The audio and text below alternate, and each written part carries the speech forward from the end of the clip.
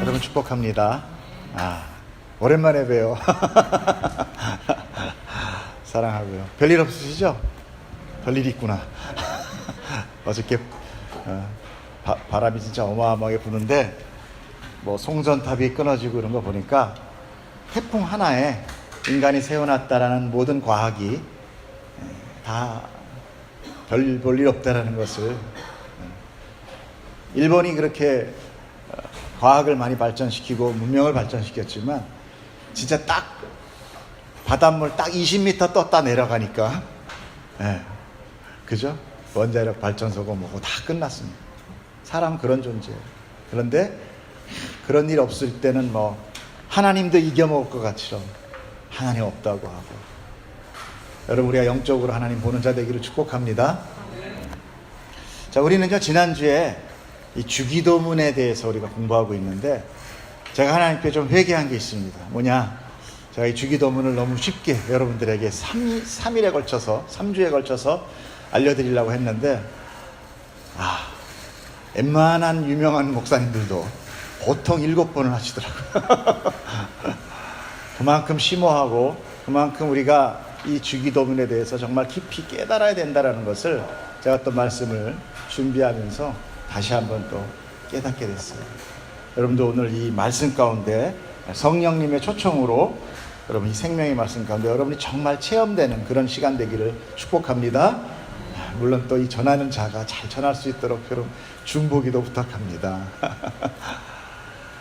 우리는 지난주에 기도를 가르쳐 주세요 라는 그 제자의 요청에 너희는 기도할 때 이렇게 하라 라고 말씀하셨어요. 이 기도라는 것이 뭐라고 말씀드렸죠? 그냥 뭐 이렇게 기도하는 것 아니었죠. 유대인들은 기도의 달인들이었습니다. 무슨 기도를 가르쳐달라고 그러는 건가? 그 당시 로마에 핍박받던 유대는 이제 거기서 풀려나기 위해서 메시아가 드디어 올 것이다. 메시아가 좀 와서 이제 우리나라를 좀 회복시켜줄 것이다. 이런 메시아 사상이 가득했어요, 그 땅. 그래서 여러 가지 많은 메시아를, 하나님을 정말 이렇게 붙들어서 메시아가 빨리 올 수 있도록 그 갈망하는 그런 집단들이 형성이 됐지요. 그래서 그것이 이제 뭐 바리새파, 경건하게 율법을 잘 지켜서 우리 메시아가 빨리 오게 하자. 또는 또 에세네파 같은 경건주의. 사실 예수님도 약간 에세네파 쪽에 있었던 사람들입니다. 그 다음에 또 거기 갔었습니까? 세례 요한, 회개해라. 회개해야 예수님이 오실 거 아니냐. 이런 주의들. 그 각 파마다 우리가 주장하는 것들이 있었어요. 우리는 이렇게 하자. 이렇게 하자. 이것을 이렇게 기도문 같이 만들어서 그 공동원들에게 이게 알려준 거예요. 그들은 모일 때마다 그것을 마치 슬로건 같이럼 외우면서 이 기도를 한 거죠. 그 기도입니다.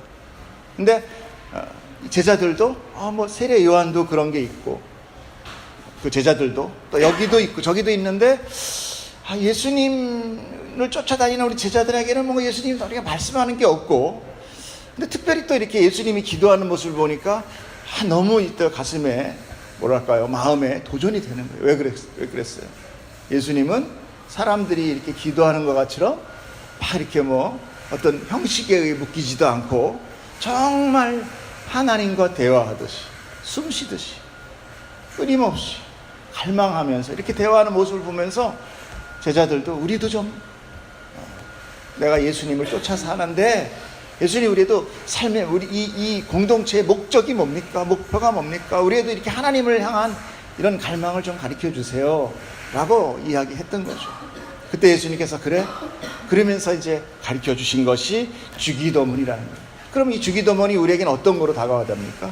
내가 하나님을 믿고 내가 예수를 믿음으로 인하여 내 안에 이제 어떤 슬로건과 같이 하나님이 나에게 어떻게 이루어 가시고 우린 거기에 어떻게 부응해 나가야 된다는 것을 명확하게 적어 놨겠죠. 그죠?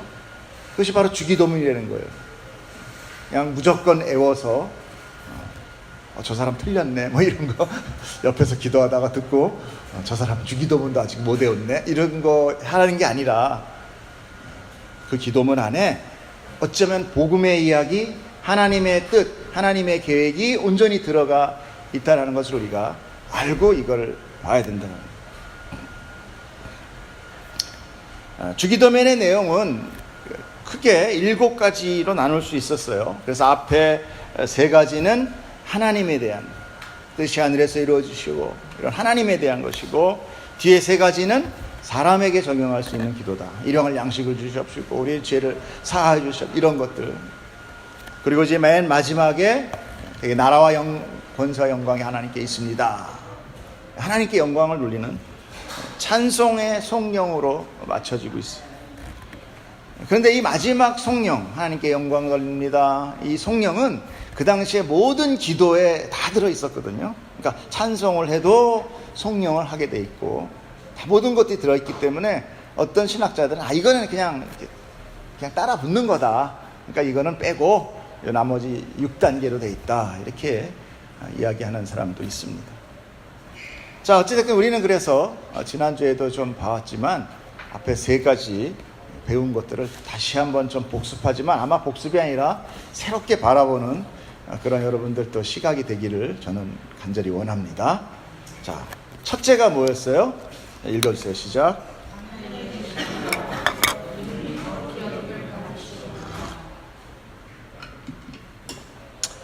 주님은 제자들에게 기도를 가르치시면서 첫 시작 부분에 아버지라는 파텔이라는 그런 단어를 쓰면서, 사실은 아버지와 아들의 관계는 누구만 있어요? 예수 그리스도를 뭐라고 얘기하죠? 하나님의 독생자, 그죠?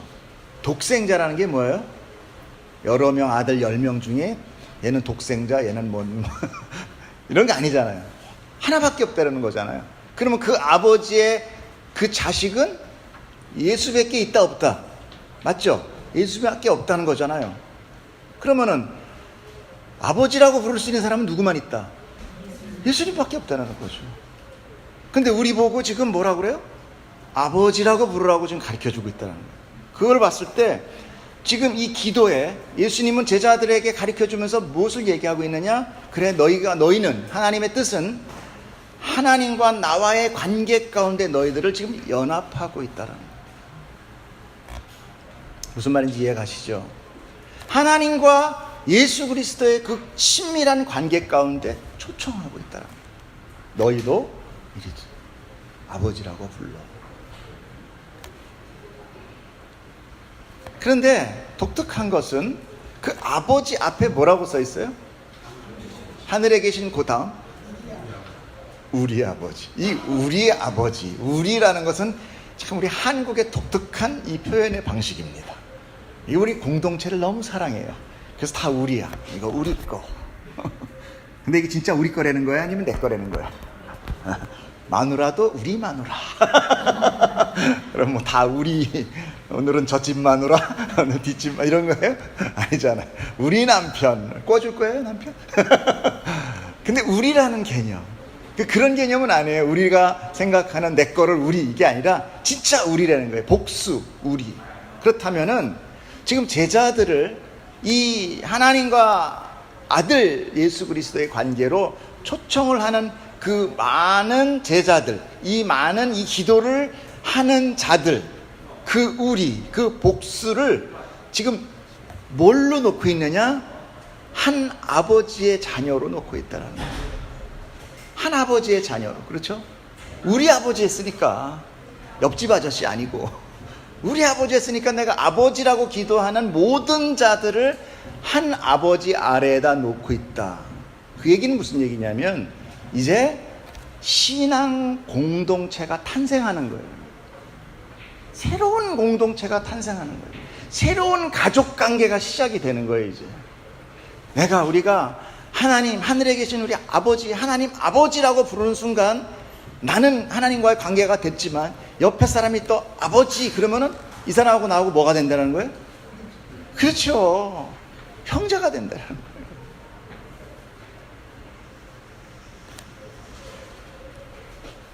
그래서 로마서 8장 29절에 보면 이런 얘기가 있어요. 읽어보세요. 시작.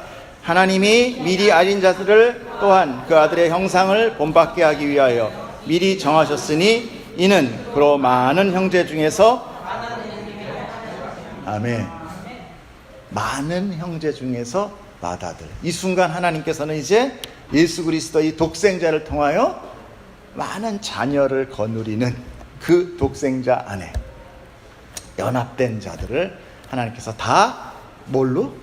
자녀로 받으시고 있다. 여러분은 자녀예요.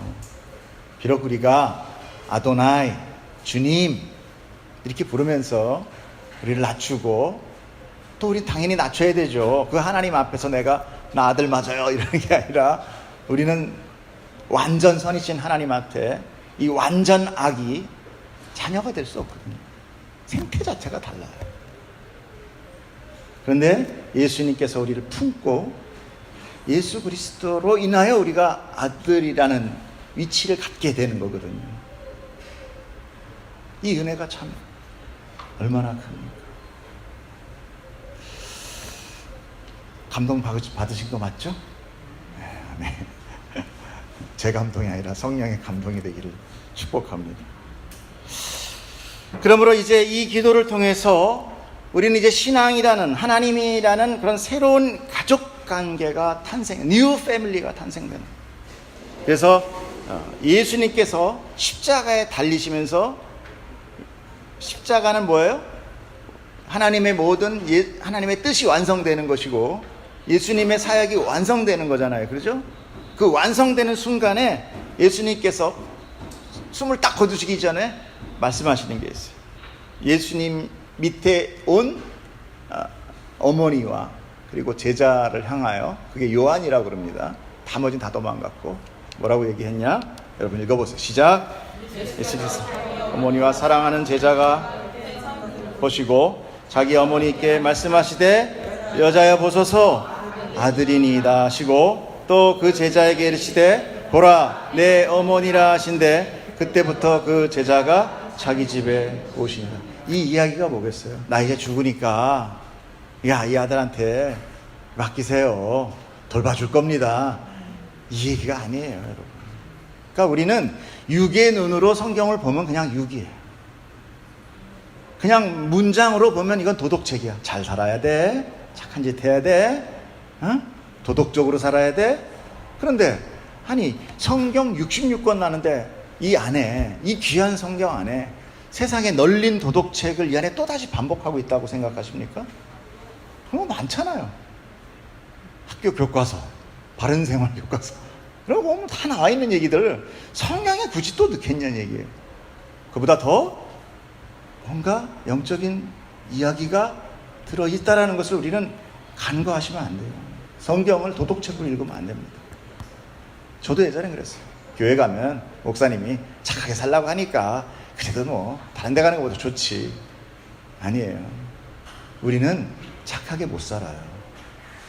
여러분, 우리 착하지 못 살아요. 착각하면 안 돼요. 우린 죄를 못 이깁니다. 내 안에서 끊임없이 올라오는 이 죄성, 나와 이미 암덩어리같이는 이렇게 같이 살과 모든 것이 섞여버려 있어요. 이거를 제거할 수 있는 자는 특히 인간에게는 없어요. 이걸 누가 해요? 성령의 말씀이 그렇게 뜯어내기 시작해요. 죄와 구분하기 시작해요. 여러분, 그렇기 때문에 우리는 이 신앙생활을 통하여 그 죄가 뜯어지는, 내 살이 뜯겨나가는 그런 아픔의 비명소리를 지르게 되는 것이 신앙생활이에요. 여러분, 기뻐서 막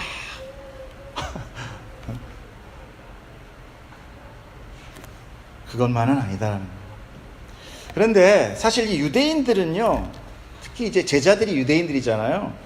하나님을 감히 아버지는커녕 하나님이라고도 못 불렀어요. 여호와거든요. 하나님 이름이 여호와. 그걸 이제 쉽게 우리는 야훼라고 얘기하는데, 그 야훼라고 줄이는 이름이 왜 그러냐면 여기에는요 자음만 있어요. 여러분, 자음만 있으면은 소리 낼 수 있어요, 없어요? 가나다라마바사, 이거 뭐 자음하고 모음하고 붙어 있는 거죠. 근데 모음 다 빼면 그느드르무브스, 이것도 밑에 의자 있는 거잖아. 못 읽는다는 거예요. 못 읽어. 그러니까 하나님은요, 우리에게 이 말씀을 주실 때, 히브리어로 주실 때 이 언어를 통하여 주시는 것은 우리가 입으로 통해서 말할 수 있는 게 아니라는 거예요. 영의 세계. 더군다나 이 지금 유대인들은 하나님을 부를 때 미처 말로 할 수 없는 거예요. 그 야훼. 그만큼 유대인들은 하나님에 대한 어떤 뭐라 그럴까요? 그 신성 모독을 안 지르려고 노력을 했던 사람들. 그래서 그들은 기껏 부르는 것이 뭐예요? 아도나이. 근데 그것도 성경을 쓰다가 붓 깨끗하게 빨고 옷 빨고 모욕죄게 하고 다시 써나간다. 우리나라 유교 사상도 대단하죠? 그죠? 뭐 정갈하게 아침에 모욕죄게 하고 조상신을 위해서 한단 말이에요. 근데 그 유가 아니에요. 유대인들은 하루에도 3번씩 정말 칼이 목에 들어와 앞에 와도 그들은 기도합니다. 근데 그들보다 더 지독한 사람이 누구였느냐? 바리새인들이었다.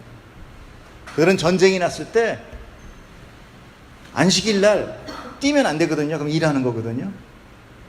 적들한테 도망갈 때 걸어가다가 칼에 맞아 죽는 거예요. 여러분 그럴 수 있어요? 목숨 앞에서는 쉽지 않아요. 그 정도 되는 신앙을 하죠. 근데 예수님께서 뭐라고 그래요? 그들을 독사의 자식아 이렇게 얘기했어요. 독사의 자식이라고 얘기했어요. 회칠한 무덤이라고 얘기했어요. 하지만 그들보다 더 너희들은 율법적으로 더 완성돼야 된다. 그들보다 더 나아야 천국 간다 그랬어요. 여러분 어떻게 하실 겁니까? 여러분 우리 이런 상태로 천국 갈 사람 아무도 없어요. 각오하고 들으십시오. 그러므로 이 기도문 하나만으로도 지금 이 제자들은요, 예수님이 딱 가르쳐주는 순간 다 거품 물고 쓰러진 거야. 어떤 사람은 기뻐서 쓰러질 수도 있고, 어떤 사람은 세상에 마상에 신성모독도 유분수지, 내 스승이 저런 작자였어? 막 이러면서 막 분노했을 수도 있지만, 어쨌든 그것이 은혜로 받아들였다면 다 기절한 거예요. 자, 여러분 다시 기절하십시다. 여러분이 기절하지 않는다는 것은 여태까지 이 주기도문이 우리에게 하나님이 가르쳐 주신 그런 기도문이 아닌 진짜 주문이 되었다라고 판명하고 있는 거예요. 우린 사실 이 주기도문 하나에 모든 기도의 완성이 되고 있어요. 다른 것이 다 필요 없죠. 이 주기도문의 시작의 문구, 하나님을 아버지라고 부르는 그 문장 하나에 이미 하늘의 풍성함을 받아버린 자예요, 우리는. 아니, 내가 하나님의 아들이 됐는데 뭘 구해요? 제가 누구 비판하자는 게 아니라 어떤 후보자가 중요지척의 후보자의 아이가 대학을 갔잖아요. 의대를 갔잖아요. 뭐가 뭔지 모르겠어요. 그런데 그렇게 세상에 능력이 쓰는, 힘있고 능력 있는 자는 아이의 어떤 능력에 상관없이 거기까지 보낸단 말이에요. 근데 그보다 더 큰 하나님의 뜻이 나에게 있고 내가 그분의 자녀라면 나는 그분의 뜻에 의하여 완성된다, 안 된다? 된다. 그 후보자도 되는데 그보다 못하다는 거예요, 여러분. 여러분 이런 것들을 좀 비교해 봐야 돼요. 와, 우리가 세상 살면서 나쁜 것들, 사단 이런 것들을 저건 하면 안 돼, 나쁜 거야. 물론 나쁜 겁니다. 그러나 그냥 나쁜 거니까 그냥 하나님 왜 저런 걸 만들었어요가 아니라 하나님은 이 역사를 누구를 통해서 이루어가느냐 하면 사단을 통해서 이루어갑니다. 사단을 사용하고 계시다는 거예요. 사단을 통치하는 자는 누구예요? 하나님이에요. 그러니까 여러분 그걸 잘 하셔야 돼요. 거기까지 가야 여러분이 정말 믿음 생활을 하는 겁니다. 그 앞에까지 가면 그건 아무 종교에나 다 있는 거예요. 착하게 살자, 사회에 기부하자, 불쌍한 사람 도와주자, 이런 건 종교하고 상관없잖아요. 다 사람들 마음 안에 있는 것들이잖아요. 선한 모습들 아니라는 거예요.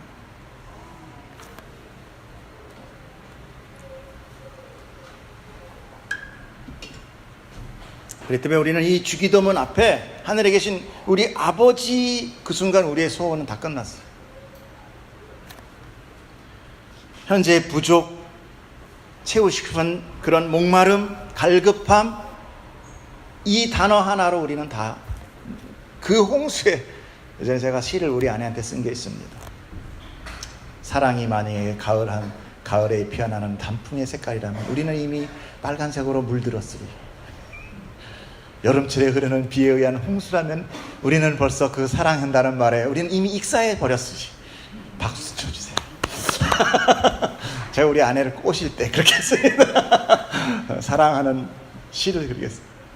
제 시는 아니에요. 누구나 쓴 시인데 저를 감당했어요. 하나님의 정말 이 풍성함이 우리는요 그냥 이렇게 잔잔하게 뭐 이슬 적시고 끝나는 것이 아니라 정말 그걸 알아버리면 우리 그 하나님의 그 엄청난 그 은혜, 그 물이 홍수같이 쏟아질 거예요. 자, 그런데 그 아버지가 어디 계시다 그래요? 하늘에 계시다. 근데 여기서 사용된 그 하늘이라는 것이 복수예요. 단수가 아니라. 성경에 나오는 하늘은 다 복수입니다. 근데 성경에서 그 누가 3층천까지 가요? 사도 바울이 3층천 경험을 하게 됩니다. 참 은혜죠. 여러분도 저는 3층천에 그 경험을 하는 자 되기를 축복합니다. 우리 하나님은 우리가 보이는 이 하늘도 아니요, 그 위의 하늘도 아니고 그 제3의 하늘에 계실 것이다 라고 생각합니다. 그래 안 그래요? 그죠? 네, 우리는 참 3층전에 하나님이 계실 거야. 그러나 오늘 이 기도를 통해서 하나님은 무엇을 얘기하고 있느냐? 하늘들에 계신 하나님이에요. 그러니까 3층에도 계시고 2층에도 계시고 1층에 무소부세하신 하나님, 우리와 함께 하시는 하나님. 그러니까 우리는 하늘에 계신 하나님, 그러니까 저 하늘에 계신 하나님, 나와는 너무 머네, 이게 아니라 지금 나와 함께 하시고 내가 어디 가든지 함께 호흡하시는 하나님, 이걸 여러분들이 이 기도를 통해서 깨닫게 되는 거죠. 그러므로 이 하늘에, 모든 하늘에 계신 분이 아버지다라는 것을 통해서 그 아버지는 모든 피조계의 아버지가 되는 거고, 그렇다면 그분이 바로 누구예요? 창조주가 되신다는 거죠. 주인이라는 거예요. 마스터가 된다. 근데 제가 조금 다른 이야기를 하면, 신앙생활 좀 하다 보면은 항상 이제 하나님을, 우리는 또 하나님 아버지, 근데 아버지 이런 사람이 있어요. 그래서 제가 막 정죄하자는 건 아닌데, 정말 그분이 정말 그 융숭 깊은 그 뜻을 정말 알고 그렇게 하는지 좀 의아할 때가 좀 있습니다. 그 큰 풍성한 은혜가 담긴 그 아버지라는 단어가 왠지 그분이 말끝마다 아버지 하는데 좀 가볍고 좀 천해 부담스럽게 들리더라고요. 그걸 꼭 뭐 제가 좋다 나쁘다 얘기하는 건 아닌데, 정말 우리가 그 높고 깊은 하나님의, 우리가 정말 은혜를 알고 그렇게 얘기할 수 있는 것인가, 그런 의구점이 들더라고요. 사실 죄인인 우리는요, 우리가 지금 예수님은 우리 보고 하나님 아버지, 하늘에 계신 우리 아버지라고 얘기하겠지만 우리 하나님을 인식하지 못합니다. 여러분, 개미가 사람을 인식하지 못해요. 우리 개미보다 더 못한 거예요. 하나님한테는. 죄인인 우리는 하나님을 알지도 못하고 그 이름을 부르지도 못할 뿐만 아니라 찾지도 않아요. 솔직하게. 지금 우리가 기도하고 하나님 댁에도 뭔가 이렇게 그나마 달라는 기도하는 것도, 이것도 성령님이에요. 여러분, 우리가 하나님을 깨닫지 못합니다. 근데 이게 매번 밥 먹듯이 아버지라고 남발하는 것은 어쩌면 자신이 그 죄인이라는 것이나 그 이름에 대해서 우리가 정말 어떤 상황인 거를 잘 인지하지 못하는 어린아이 같은 믿음이지 않을까라는 그런 생각도 해봅니다. 우리는 오직 이 기도문 속에서 은밀하게 주를 아버지라고 부르며 나의 부족과 또 나의 불신과 교만을 그분 앞에, 그 이름 앞에 다 내려놓고 자복하며 나아가는, 어찌 보면은 그 이름에, 부르는 이름보다는 그 이름에를 통하여 우리가 하나님 앞에 나아가는 어떤 그 길이 되지 않나 이런 생각을 합니다. 그래서 마태복음 6장 6절에 보면 이런 얘기가 있습니다. 읽어보세요. 시작.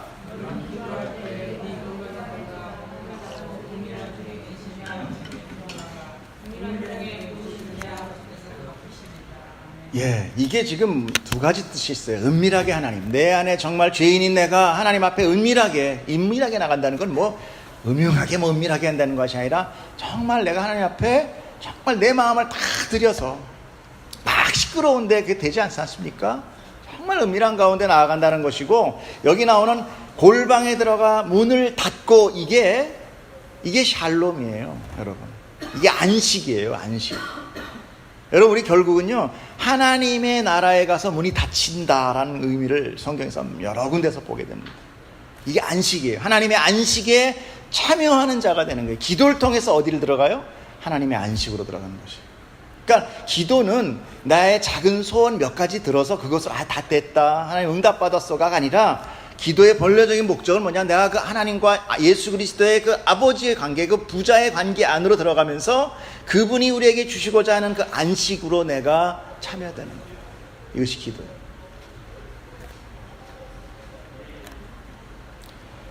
특별히 이 말씀을 하신 이유는, 그 당시에 유대에는 기도의 달인들이었지만 모두가 거의 기도하는 습관이, 기도하는 태도가 다 보면은 이렇게 누구에게 보이기 위한 기도였어요. 그리고 외식하는 자들이라고. 그래서 뭐 시장에서도 성전 앞에서도 들어가서 하지 않고 나와서 막 성경책 끼고 이렇게 손들면서 기도하고 막 이런 것들이 굉장히 만연했던 거예요. 그래서 나 이만큼 신앙이 깊어라는 것을 이렇게 보이는 거죠. 그래서 예수님께서 외식하는 자들이다, 너희는 기도 그렇게 하지 마라. 기도는 안식으로 들어가는 것이다. 자, 이제 두 번째는 첫 번째, 이름이 거룩히 여김을 받으시오며라는 것을 우리가 보게 돼요. 이름이 거룩히 여김을. 하나님의 이름은 무엇입니까? 완전 거룩이시며 완전 선이십니다.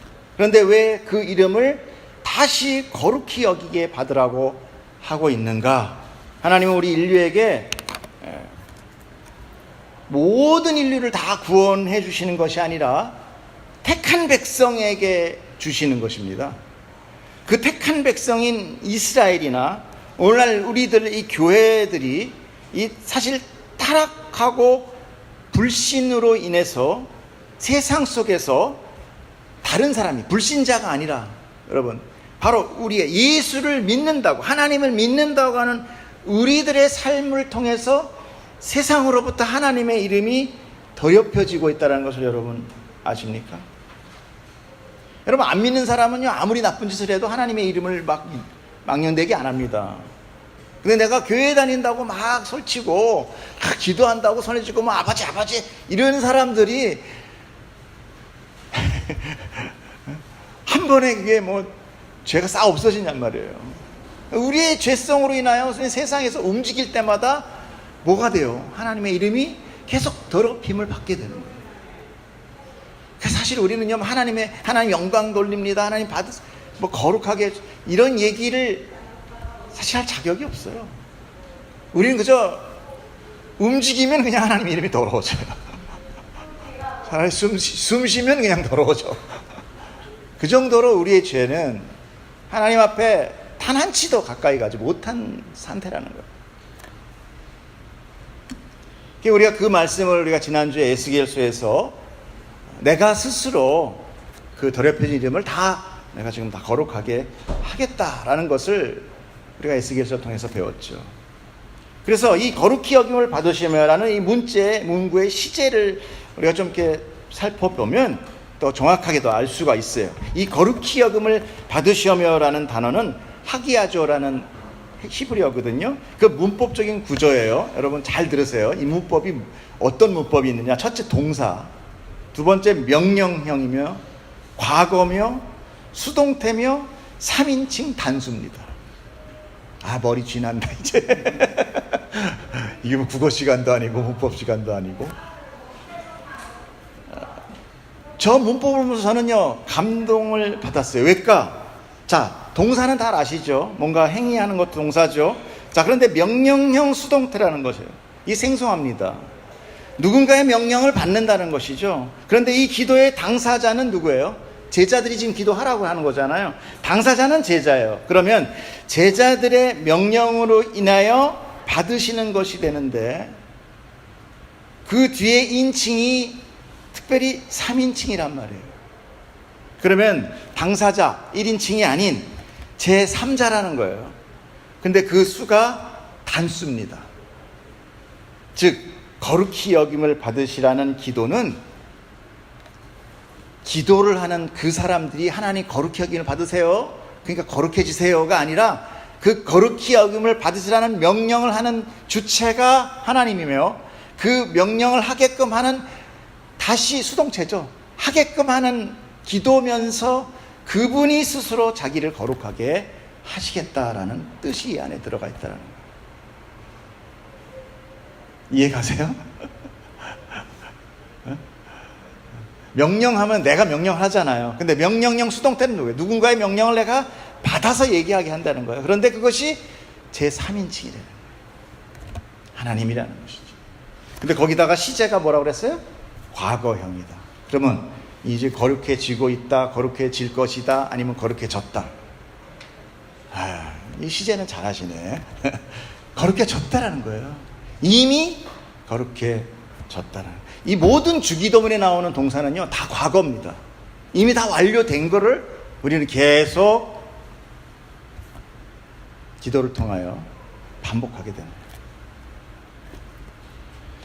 자, 결국 정리하면 우리의 죄와 불신과 교만으로 우리는 늘 이 세상 속에서 하나님의 이름을 거룩하게 하지 못하고 오히려 더럽혀지고 있지만, 하나님은 스스로 그 이름을 지키시고 거룩하게 하십니다 라고 얘기합니다. 그 안에 결국 나의 죄에 대한 자복과 면목 없음이 들어가 있는 거예요. 하나님, 나 때문에 하나님의 이름이 더럽혀 주셨군요. 근데 그걸 하나님이 하시는군요. 그리고 그걸 나에게 덮어주시는군요. 그러므로 제자들은 이제 하나님의 이름이 거룩하시다는 것을 고백하게 되는 거죠. 자, 두 번째로 갑시다. 자, 첫 번째 이해 가셨죠? 네, 가셨다고 믿고, 안 그러면 다음 주 또 할 겁니다. 자, 나라에 임하옵시며.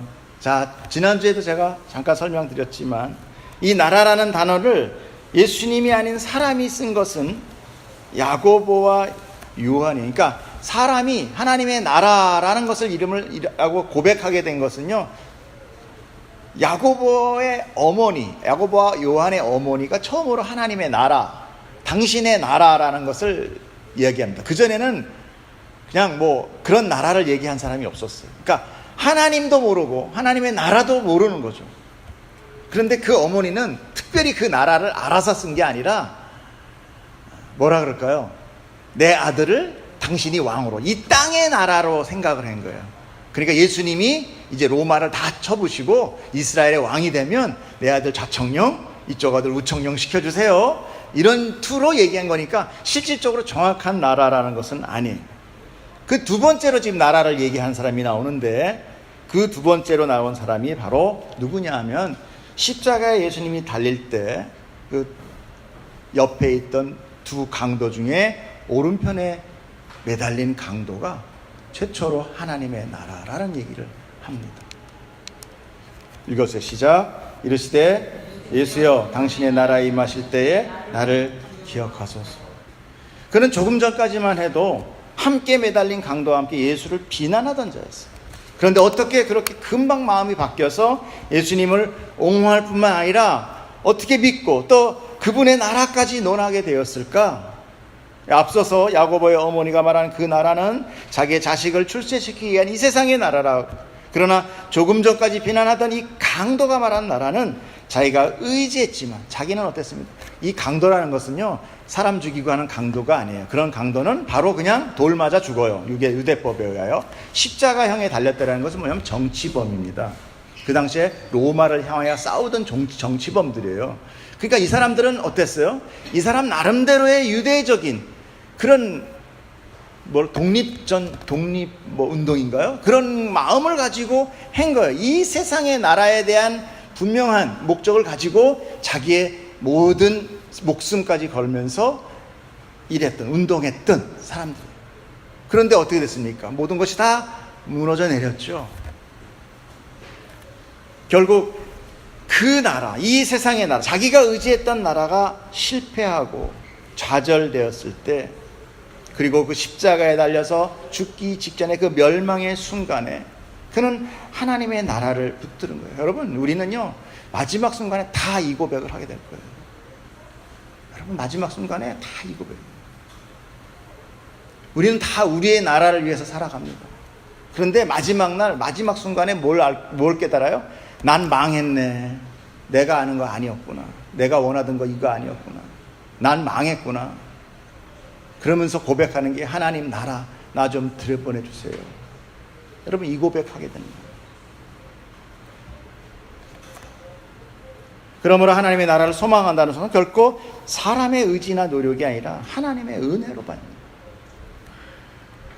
하나님의 나라는 특별히 하나님이 왕이 되는 나라입니다. 즉 왕권주의예요. 그러므로 자기가 주인이었던, 그래서 자기의 원함이 그곳에 가득 차 있는 그런 자는 결코 그 나라를 소망하지 않아요. 내가 왕인데 왜 남의 왕 밑에 가겠어요? 그러므로 만약에 그 나라에 간다 해도 그는 결코 그곳에서 기뻐하거나 행복해할 수 없는 것입니다. 그렇다면 그에게 그 나라는 뭐가 돼요? 천국이 아니에요. 들어가는 순간부터 지옥되는 거예요. 그러면서 그렇기 때문에 여러분, 천국은 하늘나라에 있고 여기는 지옥이고, 여러분 이런 개념이 아니에요. 천국은 장소적인 개념이 아닙니다. 예를 들어서 말씀드릴게요. 예수님께서 그 나라에 대해서 말씀하신 적이 있어요. 누가복음 한번 보겠습니다. 읽어주세요. 시작. 바리새인들이 하나님의 나라가 어느 때 임하니까 묻거늘 예수께서 대답하여 이르시되 하나님의 나라는 볼 수 있게 임하는 것이 아니요 또 여기 있다 저기 있다고도 못하리니 하나님의 나라는 너희 안에 있느니라. 아멘. 자, 이 말을 개역성경이 맨 밑에 뭐라고 그래요? 너희 안에 있다라고 번역을 해놔. 그래서 사람들이, 목사님들이 가리킬 때, 야, 여러분, 우리 마음 안에 천국이 있습니다. 이렇게 가리킵니다. 내 마음, 내 가슴, 내 생각, 내 영혼 안에 있다고 배우게 되는데, 그것은 좀 잘못된 거예요. 세 번역을 보면 뭐라고 되느냐면, 그 원문에 직역된 것이 세 번역본 원역인데, 너희 가운데에 있다라는 거예요. 너희 가운데에 있다. 요거를 여러분들이 좀 깨달으려면은, 그 당시, 유대 당시에 그 토론이 많이 있었어요. 이 신앙적인 토론 문화. 우리나라는 토론 문화가 없습니다. 우리나라는 상종하복? 이 문화죠, 무조건. 그래서 우리나라는 토론이 안 돼. 토론했다면 싸워요. 절대 토론을 못 합니다. 근데 미국, 유럽 이런 쪽은 토론 문화가 돼 있어요. 안 싸웁니다. 자기 주장을 하고 받아들일 건 받아들이고 돼요. 토론 문화가 돼 있는데, 그래서 로마에도 보면은 그 광장에서 사람들이 모여서 토론을 하고 철학에 대해서 논의를 하지 않습니까? 그때 독특한 게 논리를 주장하는 사람 한 이 가운데 서게 되고, 나머지가 이렇게 쭉 뺑이 둘러서 그 사람에게 질문하고 답을 받는 이런 스타일이에요. 그러니까 어떻게 되겠어요? 예수님이 가운데 있고 바리새인들이 지금 뚱 둘러서 예수님한테 묻는 거예요. 어? 하나님 나라 어느 때 임합니까? 예수님이 거기서 답변을 하는 거예요. 답변을 하면서 뭐라, 여기 있다 저기 있다가 아니라 너희 가운데 있어. 그럼 누구한테 있더라는 거예요. 자, 이렇게 이 바리새인들이 쭉 있는데 너희들 가운데 있느니라. 그럼 누구가 얘기하는 거예요? 네, 천국은 누구 안에 있다? 예수님이 천국이다, 이 얘기예요. 이해 안 되세요? 그러니까 우리가 성경의 유대적인 문화를 잘 모르면, 아, 내 안에 있구나, 내가 천국이구나, 이게 아니라 내가 예수와 연합되니까 내가 천국이 내 안에 있는 거예요. 그래서 궁궐이나 초장이나 주님 함께하면 하늘나라 이런 찬양하지 않습니까? 바로 그 얘기가 그거예요. 저는 찬송을 가끔씩 보면서, 야, 이 찬송가를 적은 사람들이 어떻게 이렇게 복음적이지? 이런 것들을 정말 놀랍니다. 여러분, 그러니까 하나님의 나라는 바로 예수 그리스도가 하나님의 나라라는 거예요.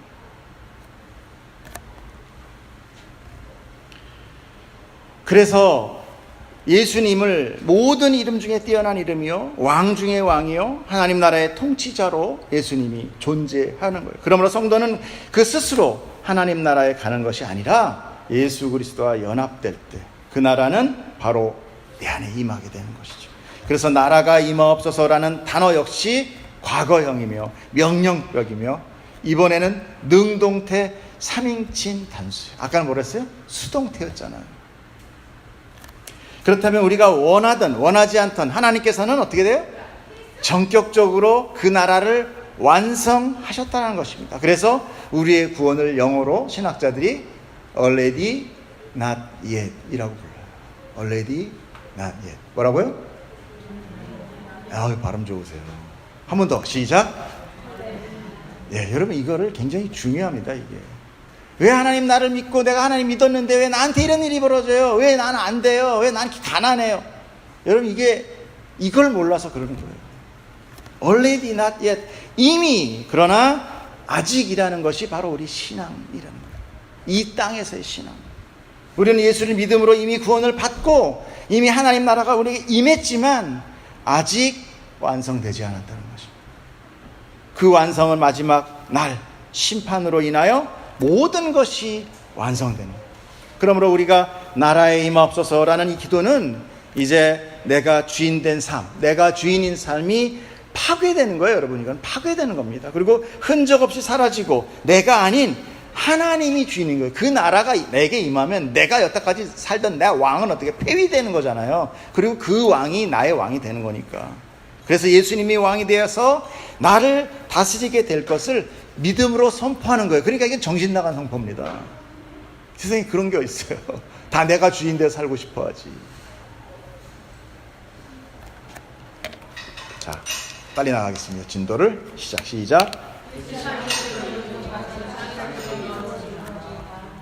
자, 우리는 기도란 하나님의 원함이다라는 것을 알아봤어요. 그러므로 하늘의 뜻이란 하나님의 원하시는 뜻이라는 거예요. 지난주에 아버지의 원함이 자녀의 성장에 지대한 영향을 주는 것을 통해서 제가 아까도 말씀드렸지만, 아버지가 완전하다면 그 자녀는 아버지의 뜻대로 된다, 안 된다? 된다. 아멘.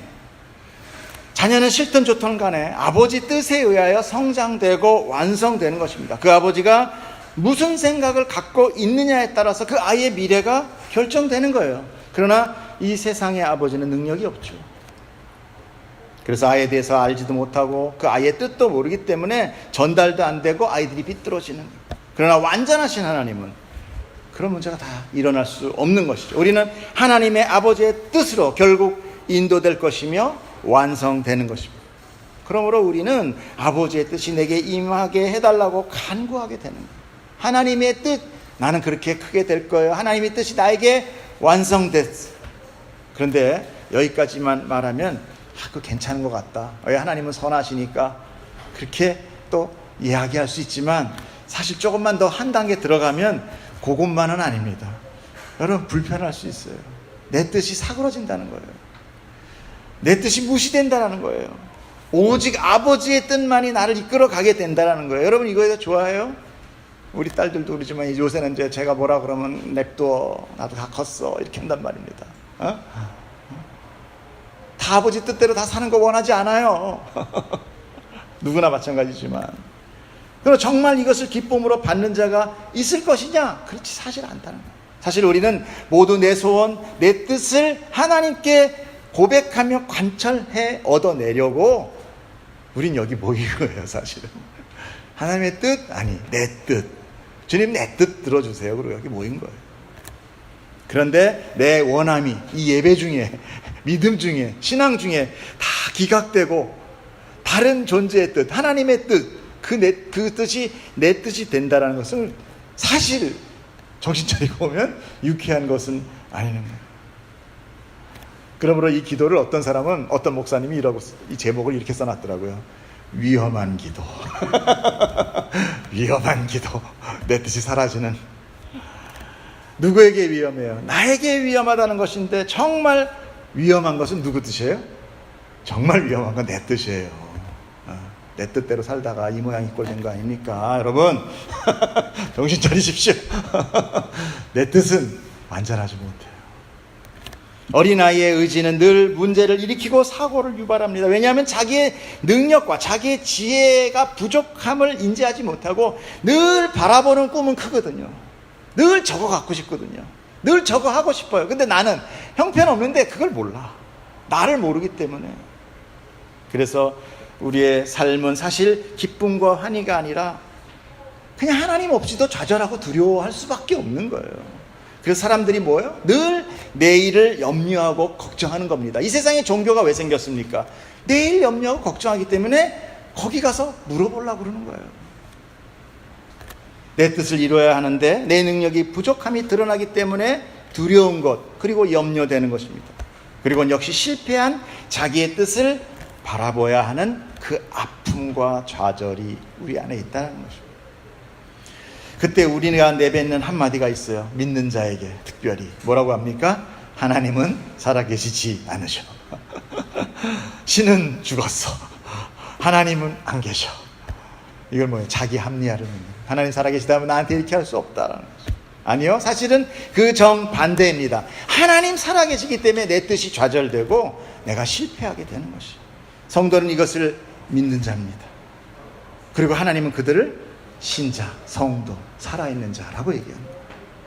우리는 기도 응답받고 기도할 때마다 아버지 하면서 늘 아버지의 뜻을 살아 산다고 하는데 사실 우리가 보면은 아닌 거예요. 그런 사람들은 신앙이 좋고 믿음 좋다는 많은 사람들을 우리가 바라볼 때마다 응답받았어 할 때 사실 그 응답은 잘 봐야 됩니다. 하나님이 응답하신 건지 사단이 응답한 건지. 우리가 이런 모든 고백 가운데 정말 진리를 바라보면서 나아갈 수 있는 것, 이것이 참 믿음이요 참 신앙인 거예요. 늘 내 뜻이 좌절되고 누구나 봐도 저 길은 고난의 길이다, 소외의 길이다라고 하는 그런 외로운 길을 가게 되는 것이 대부분의 하나님의 뜻이 되기 때문에 그래요. 우리는 생태적으로 이기적입니다. 내가 주도적으로 살아, 나 중심적으로 살아갈 수밖에 없는 자들을 우리가 이 신앙 가운데서 깨닫게 되는 거예요. 이것이 신앙생활입니다. 여러분, 오늘 여기까지 하려고 합니다. 여러분 마음 안에 오늘 이 말이 인정되십니까? 수긍되십니까? 정말 여러분, 내 뜻이 오늘도 다 지어지고 오직 하나님의 뜻이 나를 인도하게 하여 주시옵소서, 이런 용기 있는 기도하실 수 있으십니까? 그렇다면 여러분 축복 받으실 줄 믿습니다.